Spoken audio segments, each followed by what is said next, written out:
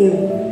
Nós que somos cristãos, amados, muitas das vezes nós não conseguimos compreender quem é o Deus a quem nós servimos. Às vezes na nossa oração a gente faz uma salada, enfim, a Deus, Jesus, o Espírito Santo, cada um nas suas funções, todo mundo fazendo a mesma coisa.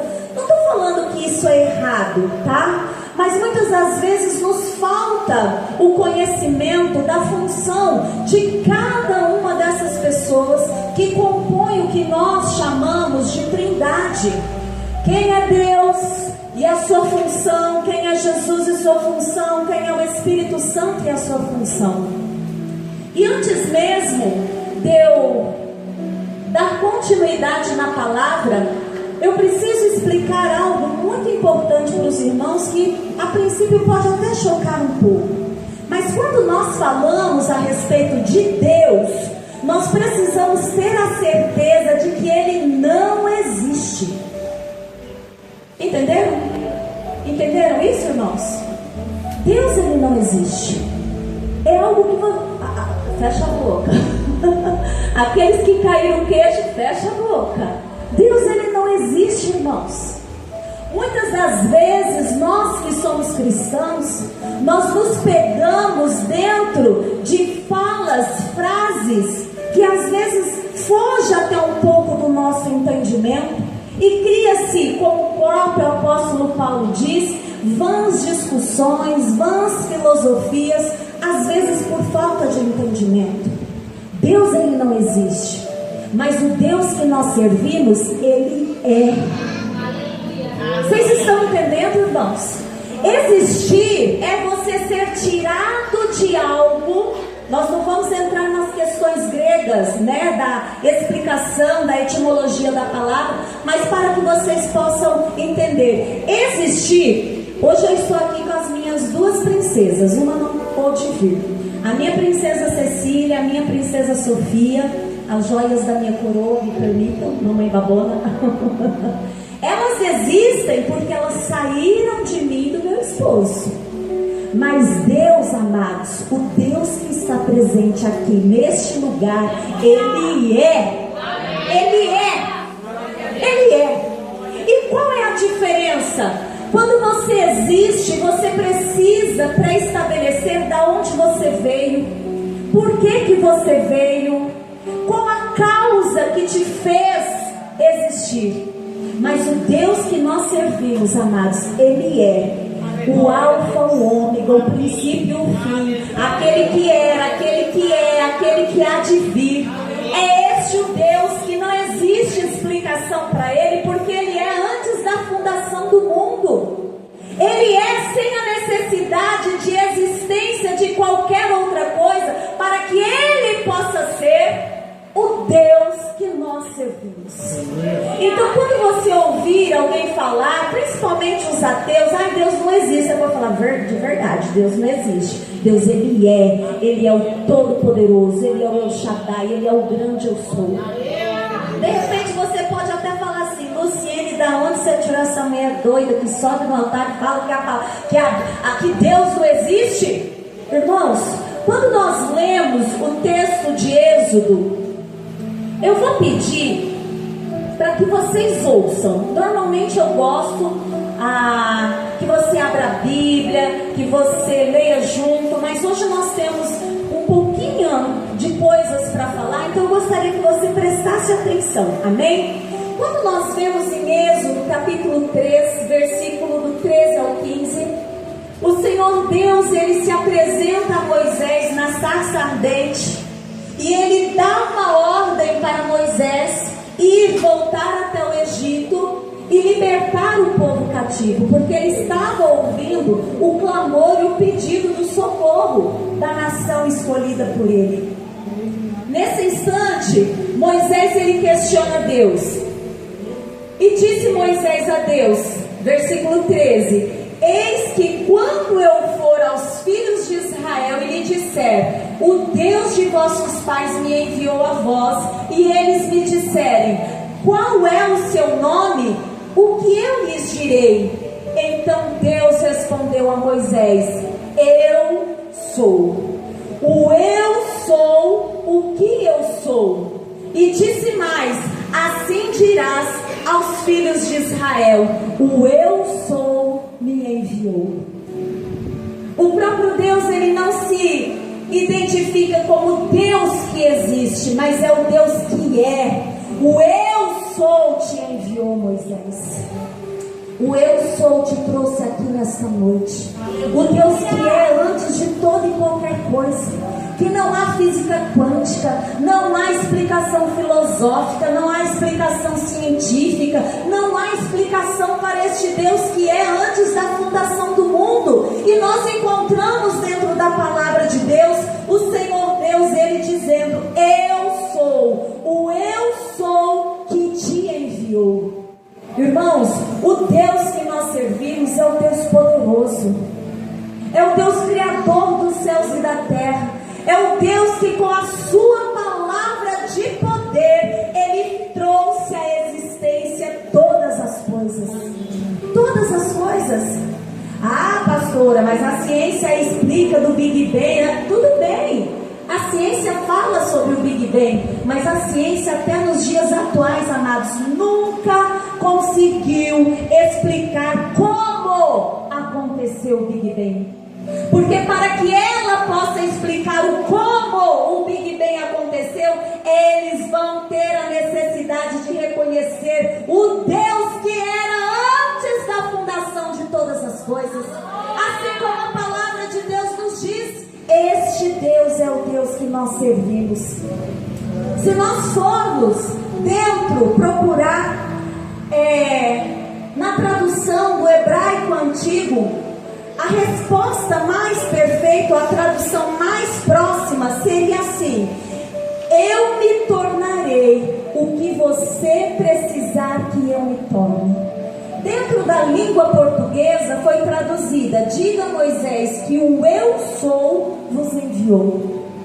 Mas se nós fôssemos transliterar de uma forma mais precisa, mais específica, do hebraico direto para a língua portuguesa, sem respeitar todas as normas de traduções e regras gramaticais da tradução, Deus, ele se colocou, irmãos, perante Moisés e disse assim: Moisés, se levante e vá até aquele povo e diga que o eu, que se torna tudo aquilo que eles precisam, te enviou. Irmãos, o Deus que nós servimos é o Deus que se torna tudo aquilo que nós precisamos. Ele pode ser, porque ele tem na sua essência o ser acima de todas as coisas. Eu me tornarei o que você precisa que eu me torne. É isso que Deus, ele fala para cada uma de nós que estamos aqui nesta noite. Irmã Luciene, nesta noite já confessou que ela precisa que Deus se torne o Deus salvador da família dela. Ela já falou aqui à frente que ela precisa que Deus se torne o Deus libertador dos vícios, das drogas, da perdição. Este Deus que nós servimos é o Deus que é poderoso para ser aquilo que nós necessitamos. É este o Deus que nós servimos. E aí você pode perguntar: nossa, meu Deus, bagunçou tudo minha cabeça. Mas eu vou te dizer uma coisa: por que foi necessário que o Senhor se revelasse desta maneira a Moisés? Irmãos, quando o povo de Israel saiu com aquelas 72 pessoas, se não me engano, lá de Canaã e desceu até o Egito, ela se multiplicou, aquele número se multiplicou de maneira tremenda. E Moisés teria que falar ao povo, a uma quantidade de povo, aproximadamente aí de 2 milhões de pessoas. Gente, até difícil imaginar a quantidade de pessoas. E o mais interessante, sabe o que é? Que no meio dessas pessoas havia homens e mulheres, mesmo sendo o povo escolhido de Deus, que criam e serviam a outros deuses. Os deuses do Egito, Osíris, oro. E aí, por que essa informação é importante nós termos? Porque muitas das vezes, irmãs, nós limitamos Deus a algo. Nós limitamos o poder de Deus a uma determinada coisa. Aquele povo escravo do Egito estava muito acostumado a ouvir que para a fertilidade tinha que procurar, para a fertilidade da terra, na questão da agricultura, tinha que procurar um determinado Deus. Para que uma outra coisa, para a cura, teria que procurar um outro tipo de Deus. E Deus, Ele não se colocou compartimentado como todos os deuses do Egito, porque Ele é o Deus Todo-Poderoso. Ele se apresentou como: eu sou aquilo que você precisa que eu seja. O Egito precisava de um Deus para cada coisa na vida dele, seja cura, seja fertilidade, seja libertação, seja uma vida após a morte. Para cada uma dessas situações existia um Deus. Só que Deus, Ele se apresenta acima de todos. Você é povo de Deus. Você não precisa de vários deuses, você precisa do único Deus que se torna aquilo que você necessita que Ele seja. É só disso que você precisa. Aí você pode dizer assim para mim: mas pastora Beth, eu não sou idólatra. Porque quando nós falamos de vários deuses, é a primeira coisa que nós pensamos. É ou não é? Na idolatria. Estou errada? Não? É assim que a gente pensa? Mas eu não sou idólatra. Alguém aqui é idólatra? Se for, ser liberto em nome do Senhor Jesus Cristo. E se eu disser para vocês que muitas das vezes nós não somos, mas temos comportamentos idólatras? Entenderam, irmãos? Nós não somos, mas nós temos comportamentos idólatras. Irmãos, esses dias conversando com uma pessoa, gente, até uma discussão acalorada, no sentido de um determinado assunto, e eu ainda falei para a pessoa, falei assim: o problema é que você só repete as frases bonitas do Instagram, é Ele que tem sido o seu Senhor. As frases bonitas do Instagram é que tem sido o seu Senhor. Neste momento, irmãos, é um ato de idolatria. Não estou falando que Instagram é idólatra ou é um problema, não, mas aquilo que ouvimos e guardamos dentro do nosso coração é um espaço que seria específico para o Deus dos deuses ocupar. Se assim estamos fazendo, assim estamos tendo comportamento idólatra. Esses dias, pastor Reginaldo, conversando com uma outra pessoa, a pessoa falando assim para mim: é porque eu estou passando por um luto espiritual. Aí eu falei: o quê? O que foi? Aí é luto espiritual. Pastor, eu tive dificuldade de entender o que a irmã falou. Não entendi, fala de novo.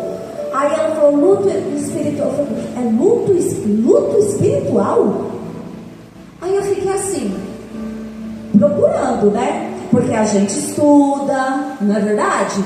A gente lê a Bíblia, a gente lê um monte de livro, a gente faz uma faculdade de teologia, a gente faz uma pós, a gente vai buscando um monte de coisa. Aí você fica lá no seu arquivo e aquela bolinha rodando, e você procurando essa informação. Irmãos, luto espiritual é muito bonito, desde que você viva no espírito contrário à vida espiritual que Deus prometeu para você. Porque a vida espiritual que Deus prometeu para você é uma vida plena e abundante, aonde a morte foi vencida, aonde não há mais trevas, aonde não há mais morte, aonde só há vida. E às vezes a gente se apega nessas coisas. Estamos vivendo trocando a verdade de Deus, trocando o eu ser poderoso de Deus por coisas bonitinhas que acalentam a nossa alma. Porque não é bonito dizer: eu estou sofrendo. A pessoa tinha passado por um problema dentro da igreja, Irmãos, eu vou falar uma coisa para vocês. Se vocês conhecerem alguma igreja onde não tenha problema, por favor, pega o meu WhatsApp com a pastora, com a irmã Luciene, e manda para mim o endereço dela, porque eu irei congregar lá. Ninguém conhece? Estou vendo que ninguém nem se manifestou. Irmãos, a igreja do nosso Deus Todo-Poderoso é composta de homens e mulheres do Senhor. Mas aqui é um reino espiritual, irmãos.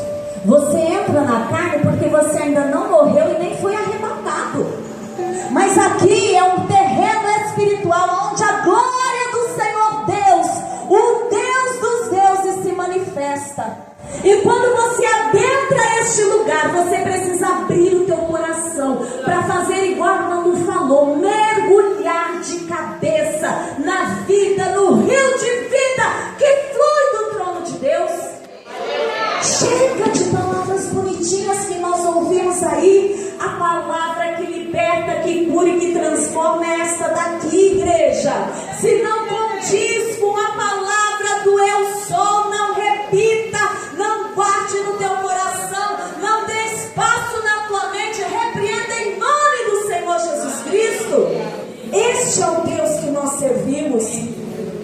O Senhor Deus, Ele não se apresentou. Olha, Moisés, diga para o povo que o Deus José, o Deus Antônio, o Deus Armínio, Ele é contigo. Porque quando Deus, e se Deus especificasse o nome, Ele próprio estaria se limitando àquele nome.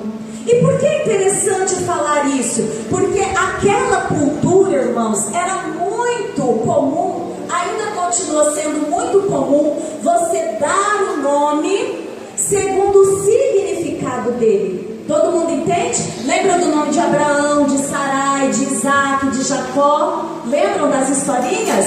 Era muito importante. Mas Deus, Ele em Deus, com toda a sua sabedoria plena, Ele diz: eu sou aquilo que você necessita que eu seja. Este é o Deus que nós servimos. Nós sabemos que no decorrer da palavra de Deus, nós vemos em Gênesis 22:14 que Deus, Ele se revela através de alguns nomes, como nós conhecemos até os 7 nomes poderosos de Deus. Quem já ouviu falar dos 7 nomes de Deus? Já ouviram falar? Na verdade é um total de 14, mas são 7 os mais conhecidos, tá bom? Então Deus, Ele se manifesta diferente. Ele não chega e se identifica: olha, eu sou o Jeová Jireh. Não. Por quê? Porque Ele não é só provisão. Fala para o irmão que está do teu lado: o Deus que você serve não é somente o Deus de provisão. Na cabeça daquele povo, se Deus, Ele se apresentasse somente como Jeová Jireh, consequentemente eles iam querer procurar um outro Deus para ter paz. Entendem, amados? Fazia parte da cultura, fazia parte daquilo que era comum no dia a dia dele. Mas o Senhor Deus, no decorrer da sua palavra, nós vemos que o Senhor, Ele se apresenta, Ele se manifesta, na verdade, como Jeová Jireh, o Deus proverá. Nós encontramos isso lá em Gênesis, versículo 14. Este foi o nome utilizado por Abraão quando Deus proveu o carneiro para ser sacrificado no lugar de Isaac. Deus também, Ele se manifestou ao seu povo como Jeová Rafá, aquele que sara. Em Êxodo capítulo 15, versículo 26 diz: eu sou o Senhor que te sara, tanto em corpo como alma, no corpo através da preservação e da cura de doenças, e na alma pelo perdão da iniquidade. Jeová Rafá está neste lugar, Jeová Jireh está neste lugar. O Senhor Deus, Ele se manifestou quando necessário como Jeová Nissi. O Senhor é o Deus da bandeira. Quando Israel, ele pelejou contra os seus inimigos lá em Êxodo 17:15, nós vemos que por a bandeira ela foi estendida em um lugar de reunião antes de uma batalha. Esse nome, ele comemora a vitória sobre os amalequitas necessitou da ajuda para manter as suas mãos erguidas. Enquanto ele estava com as mãos erguidas, ele estava, o povo de Israel vencia, conforme a mão ia abaixando, simplesmente o povo começava a perder a batalha. Lembra dessa historinha? Naquele instante, quando a guerra foi vencida, Moisés levantou uma bandeira e declarou: Jeová Nissi, Ele é o Senhor, a minha bandeira. Quer vitória? Procure no Eu Sou. Você quer cura? Sara. Você quer ser sarado? Você quer prosperidade? Procure no Senhor, igreja. Procure no Senhor. Muitas das vezes nós queremos prosperidade. Sabe o que a gente faz? Pastor, ora por mim para arranjar um outro emprego. Aí a pessoa vai arranjar outro emprego. Sabe que a primeira coisa que acontece? Você passa a faltar na igreja. Você tem uma prosperidade vinda de Deus? Não, irmãos, porque a prosperidade vinda de Deus é aquela onde não há sacrifício para as coisas que nós fazemos para Deus. Sacrificamos em primeiro lugar tudo que vem de Deus, no sentido: eu tenho que ir para vamos usar o termo do trabalho, eu tenho que trabalhar e não posso ir para o culto. Eu vou, então Deus entende. Primeira coisa que a gente faz é agradar a Deus. Irmãos, não. Escolha servir ao Senhor. A palavra de Deus nos mostra que o Senhor, Ele se manifestou como Jeová Makadesh. É o Senhor que santifica. Em Levítico capítulo 20, versículo 8, Deus deixa claro que apenas Ele e não a lei pode purificar o seu povo e fazê-los santos. Você tem sido santo, igreja? Você tem sido santa, igreja? Hoje eu vim de branco, não foi para poder contrariar meu grupo não, viu, irmãos? A pastora sabe. Não foi essa a intenção não. Primeiro eu descobri que eu não tenho um vestido branco no meu armário. Já estou livre para achar, não tenho um vestido branco. Eu precisava de ir pôr um vestido branco. A crise feminina, né? Eu precisava de um vestido branco, não tenho um vestido branco hoje. Mas não tem nenhuma aquela sensibilidade masculina, né? Essa roupa branca. Não, eu não estou falando dessa roupa branca. Eu estou falando do vestido branco que eu não tenho. Alguém se identifica aqui? Que os homens querem explicar a roupa que a gente tem no guarda-roupa. A gente não quer explicação da roupa que está lá. A gente quer saber como vai solucionar que a gente não tem, né, meninas? É bem assim. Irmãos, qual é o objetivo? Para que quando esse período de tempo que eu estiver aqui e você vê que na verdade aqui está mais para off-white do que branco mesmo, você tem que entender que o Jeová Makadesh, ele precisa se manifestar na sua vida e através da tua vida. A santidade do Senhor. Lá em Levíticos capítulo 20, versículo 8, a palavra ela é específica, não é a lei quem purifica é o sangue do Senhor Jesus Cristo. Você precisa lavar as suas vestes no sangue do Senhor Jesus Cristo. O Senhor Deus, Ele se apresentou, se manifestou ao seu povo como Jeová Shalom, o Senhor da paz.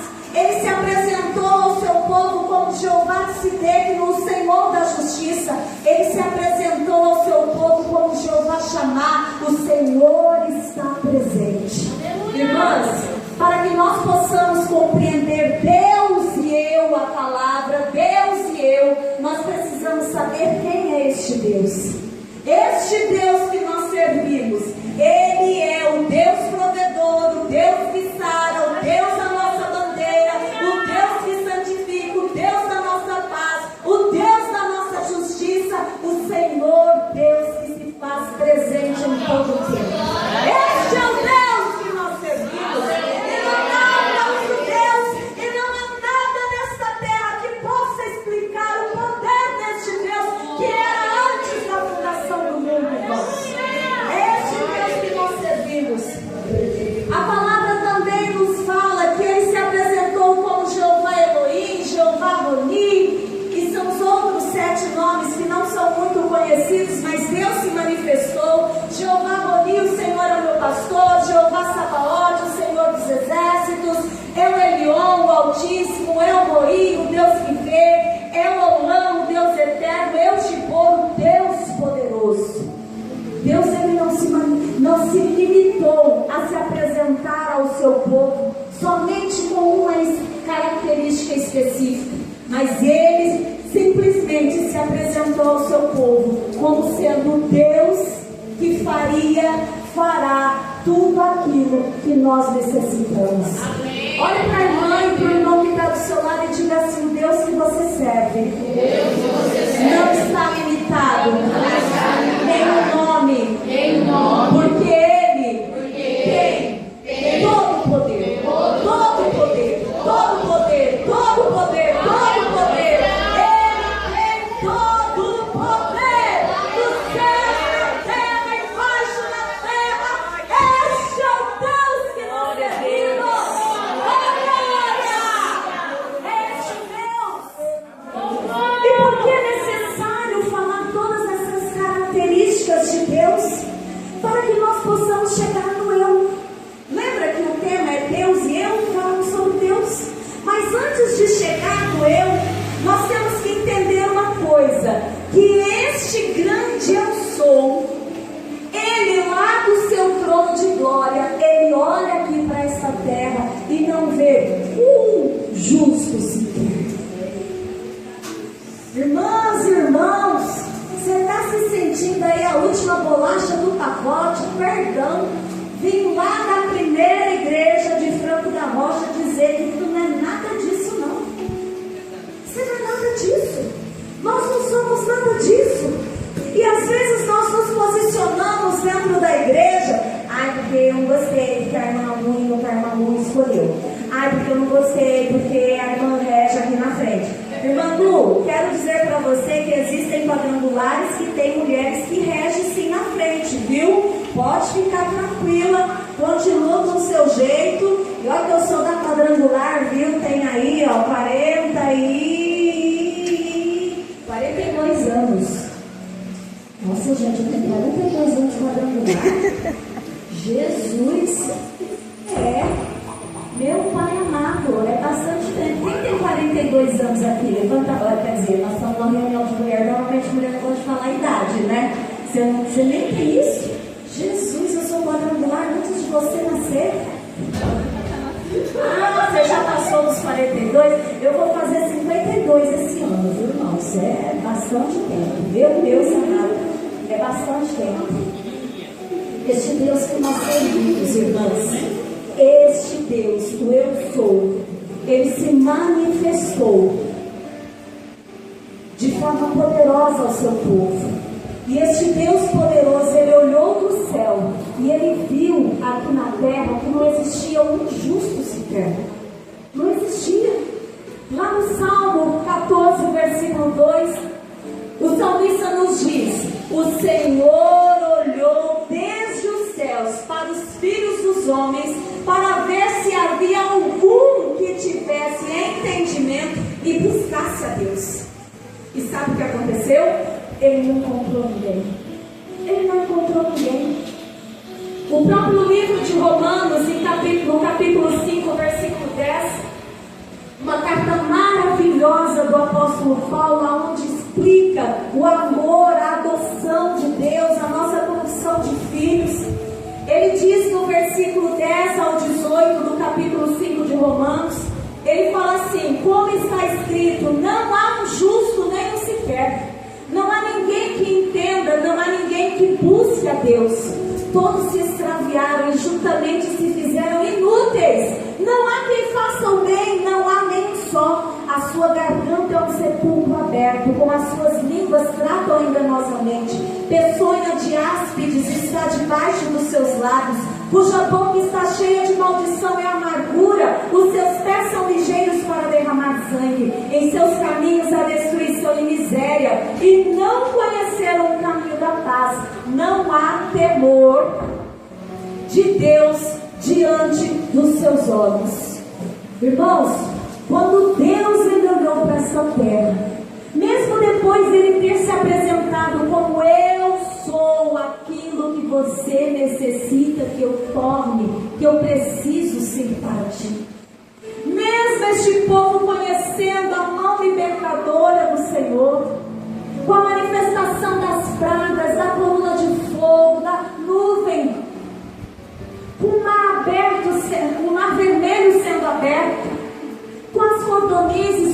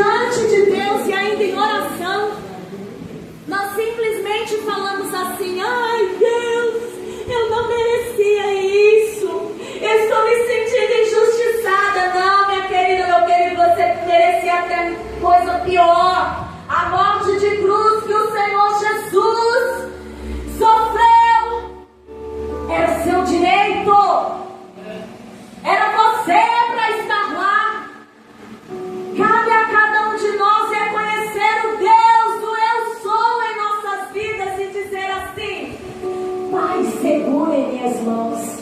Olha o cântico da Assembleia, hein? Pai, segura em minhas mãos. Pai, segura em minhas mãos. Tenho medo de cair, ó Pai, não deixa não. Segura em minhas mãos. É assim que nós temos que ser. Porque se nós reconhecemos a nossa miséria, irmãos, nós entendemos que este eu sou, ele se compadeceu de nós. Ele poderia olhar lá do seu trono para cada um de nós e dizer assim: só vejo pecado, só vejo iniquidade, só vejo gente ruim. Como diz a professora da minha filha, né? A galerinha do mal. Deus lá do céu só está vendo aqui, só estava vendo que é a galerinha do mal.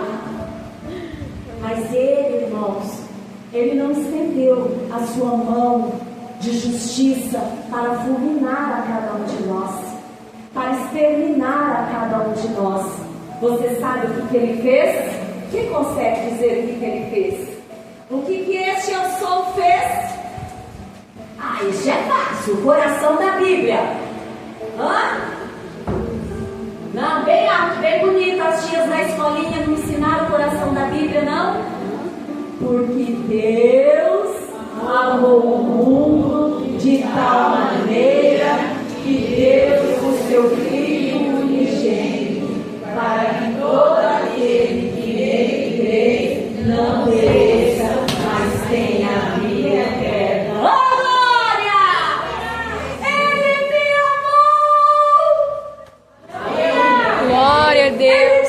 Glória a Deus!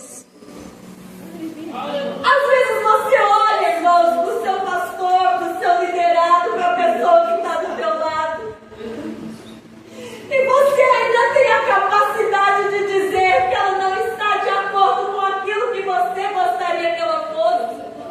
Não gosto do jeito que ela fala, não gosto do jeito que ela pensa, não gosto disso, não gosto daquilo, mas Deus me amou. E Ele me ama. Não há nada que possa roubar essa verdade na nossa vida. Deus, Ele nos ama. Este eu sou nos ama apaixonadamente, a ponto de enviar Jesus, o seu Filho, para morrer por cada um de nós. Por cada um de nós. E é muito interessante, amados, porque no Evangelho de João, este Evangelho foi escrito bem depois que Mateus, Marcos, Lucas já tinha passado até por Tiago, tinha passado pela sua morte. João, ele foi o apóstolo mais tardio, mas ele escreveu este Evangelho de João com o objetivo de falar para a igreja que este Jesus que havia andado junto com ele, que ele tinha acompanhado, ele tinha a natureza do Deus eu sou. Não é um homem qualquer. Muitos, devido ao passar do tempo, começou a se perder. A fé entre os irmãos, os cristãos ali na Judéia começou a se perder por causa da perseguição, das dificuldades. Mas João, ele se apresenta para escrever o seu Evangelho. E neste Evangelho ele especifica o eu sou de Jesus. Oh, glória! Jesus, ele veio do nosso Deus. Ele tem a essência de Deus. E ele se apresenta no eu sou. João capítulo 10, 11. Eu sou o bom pastor. Dá glória a Deus. Não, glória a Deus de frente. Glória a Deus. Dá para melhorar? Glória a Deus. Eu sou o bom pastor. Ele diz eu sou a porta, João 10, 9. Ele diz eu sou a luz do mundo. Ele diz eu sou o pão da vida. Eu sou o caminho. Eu sou a ressurreição. Eu sou a vida. Em 7 eu sou de Deus. Este homem que me amou, ele é, porque ele tem a essência de Deus. Glória a Deus. Ele é o bom pastor, Jeová Jireh. Ele é o pão da vida. Ele é o caminho, ele é a ressurreição.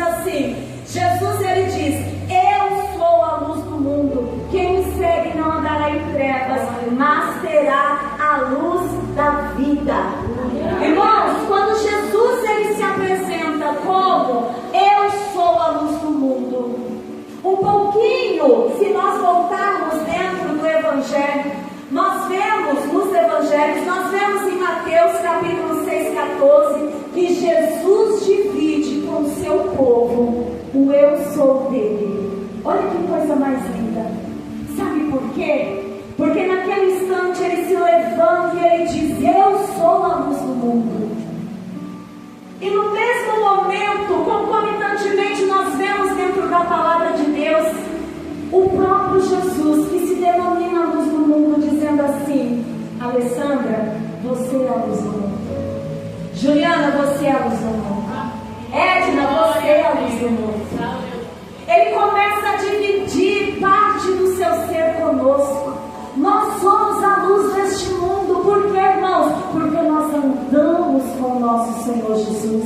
O temos como Senhor e Salvador da nossa vida. É uma parte do ser do próprio Deus, compartilhado com cada um de nós.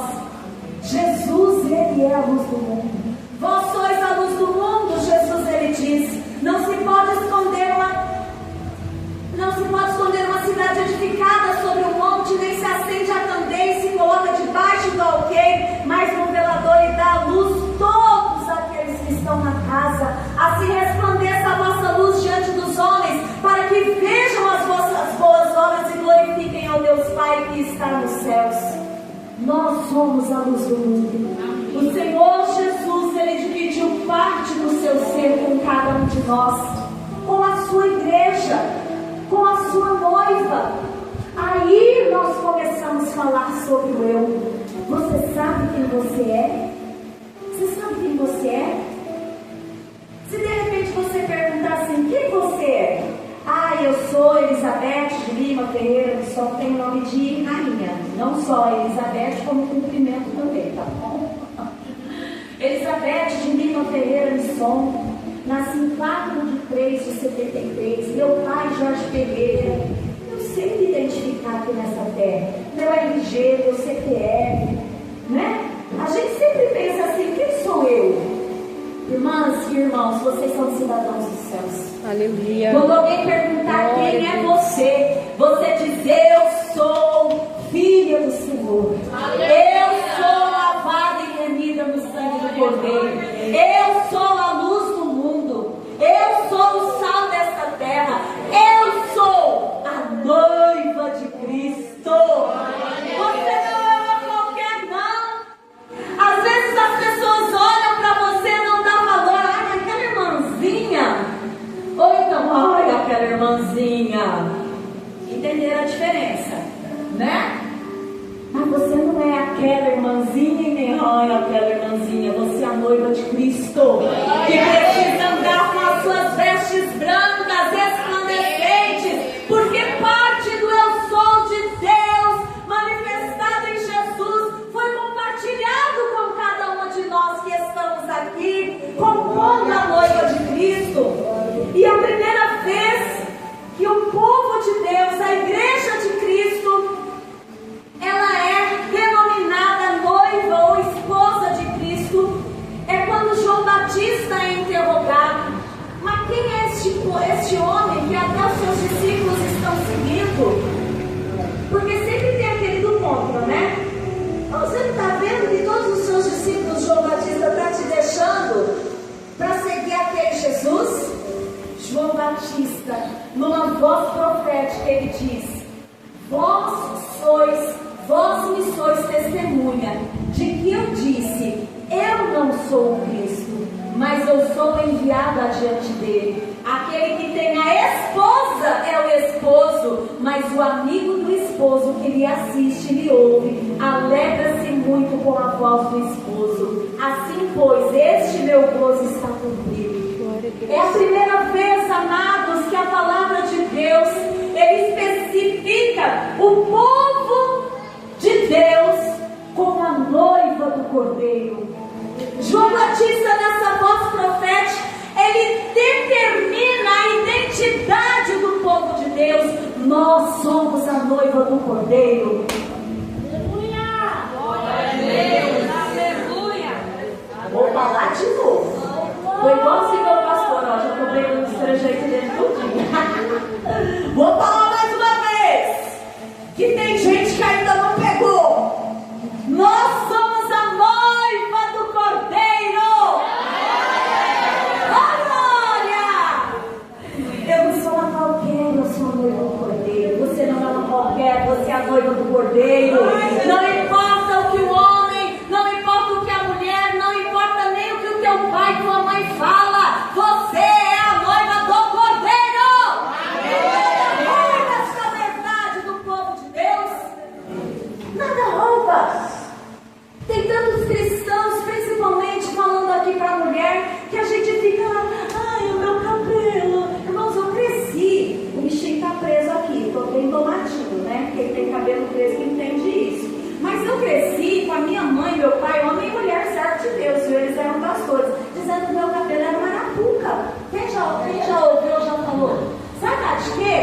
que minha irmã mais velha, Isabel, tinha um cabelo liso, comprido aqui com aqueles cachos assim, sabe aquela coisa de boneca?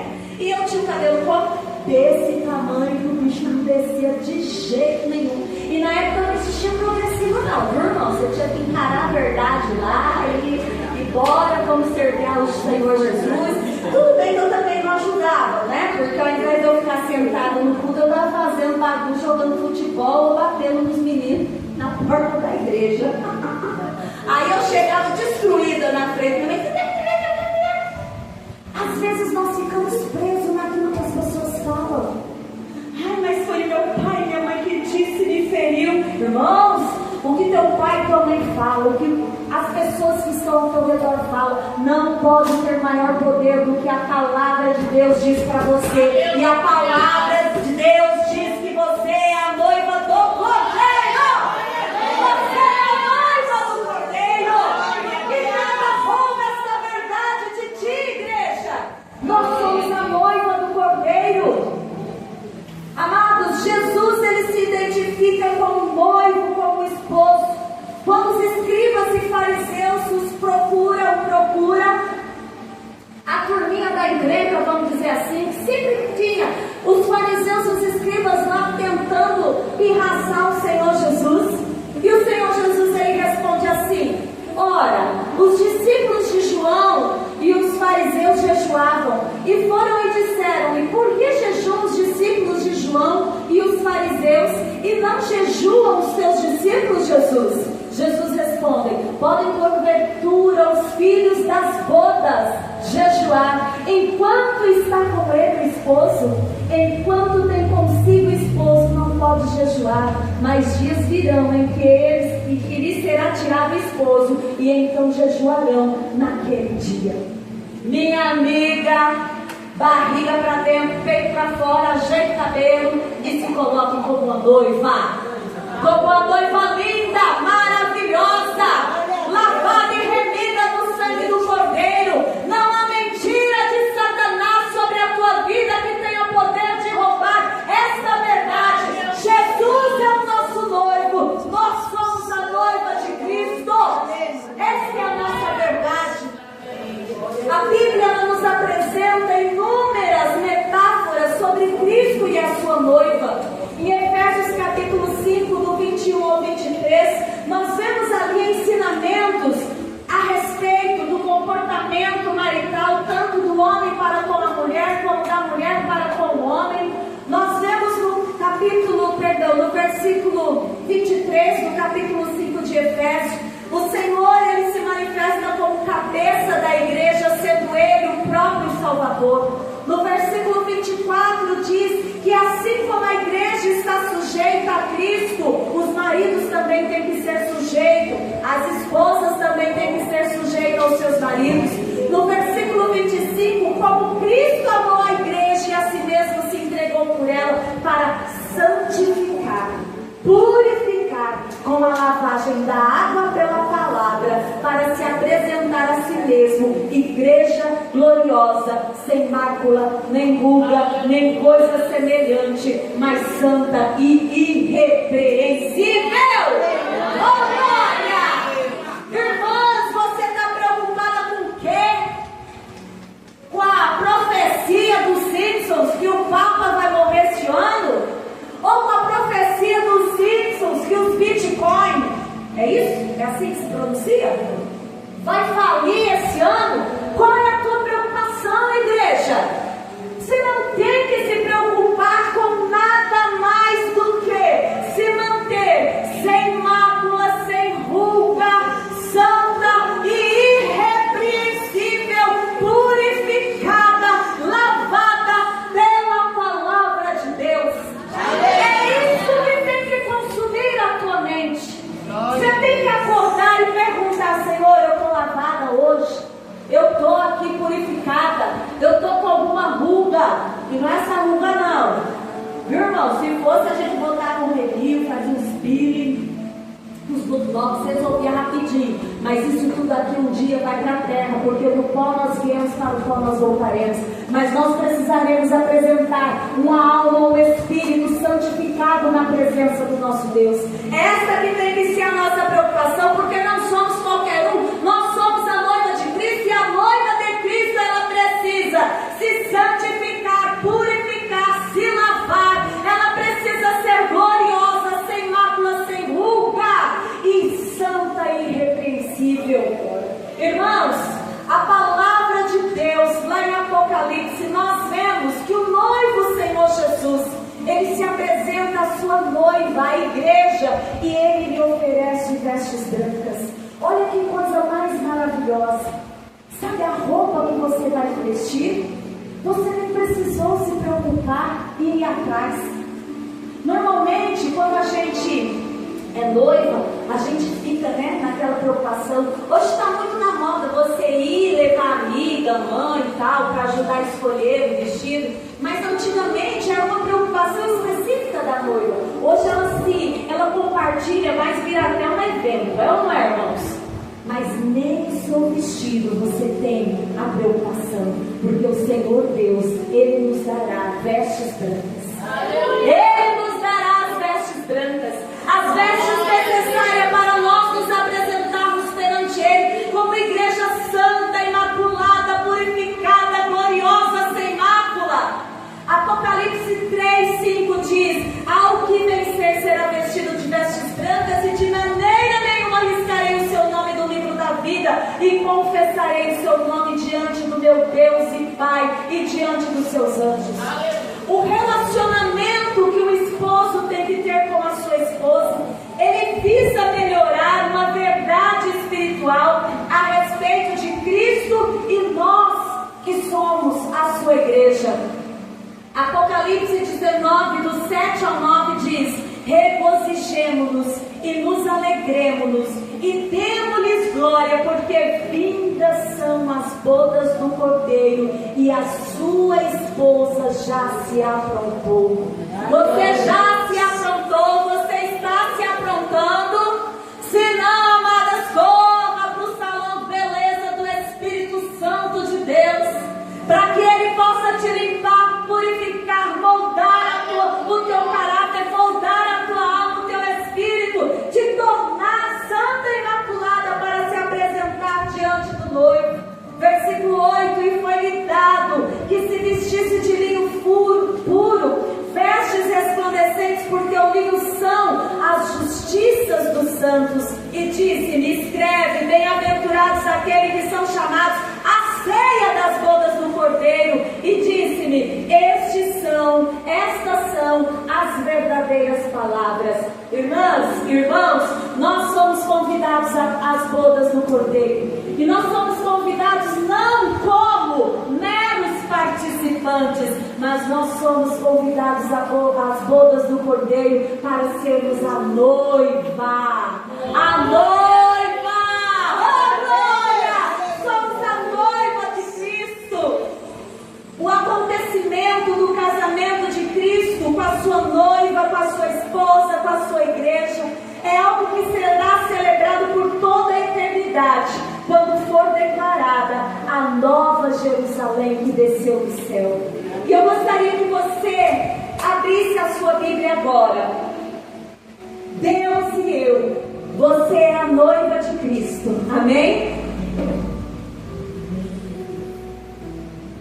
Apocalipse 21, versículo 2, e depois nós vamos para o 9 e o 11, que diz assim: e veio a mim um dos 7 anjos, que tinha as vestes que tinham as 7 taças cheias das últimas 7 pragas, e falou comigo dizendo: vem, mostrar-te-ei a esposa, a mulher do Cordeiro. E levou-me em espírito a um grande e alto monte, e mostrou-me a grande cidade, a santa Jerusalém, que de Deus descia do céu, e tinha a glória de Deus, e a sua luz será semelhante a uma pedra preciosíssima, como a pedra de jaspe, como cristal resplandecente. Na verdade, faltou o primeiro versículo, que diz assim, versículo 2: e eu, João, vi a santa cidade, a nova Jerusalém, que de Deus descia do céu, preparada como uma esposa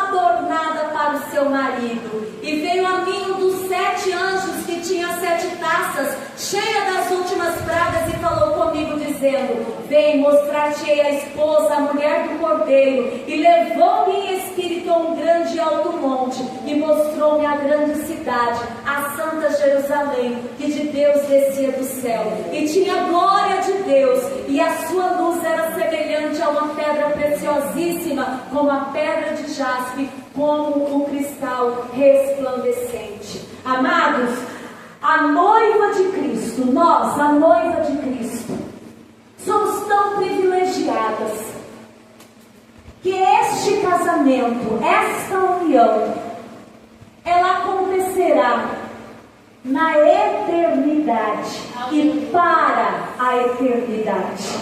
Não será algo momentâneo, mas nós estaremos com o Senhor. E lá com o Senhor nosso Deus será manifestada, amados, a glória de cada uma de nós. De cada um de nós que aqui estamos compondo a igreja de Cristo, para a alegria do noivo, nos apresentando santa e imaculada, de forma a agradar o noivo e o noivo se apaixonar cada vez mais por cada um de nós. Irmãs e irmãos, se santifique. É momento de santificação. É momento de nós reconhecermos o Deus que nós servimos. É momento de reconhecermos o Deus que enviou seu Filho por amor de nós. E é momento de nós nos posicionarmos como a noiva do Cordeiro. Amém, igreja?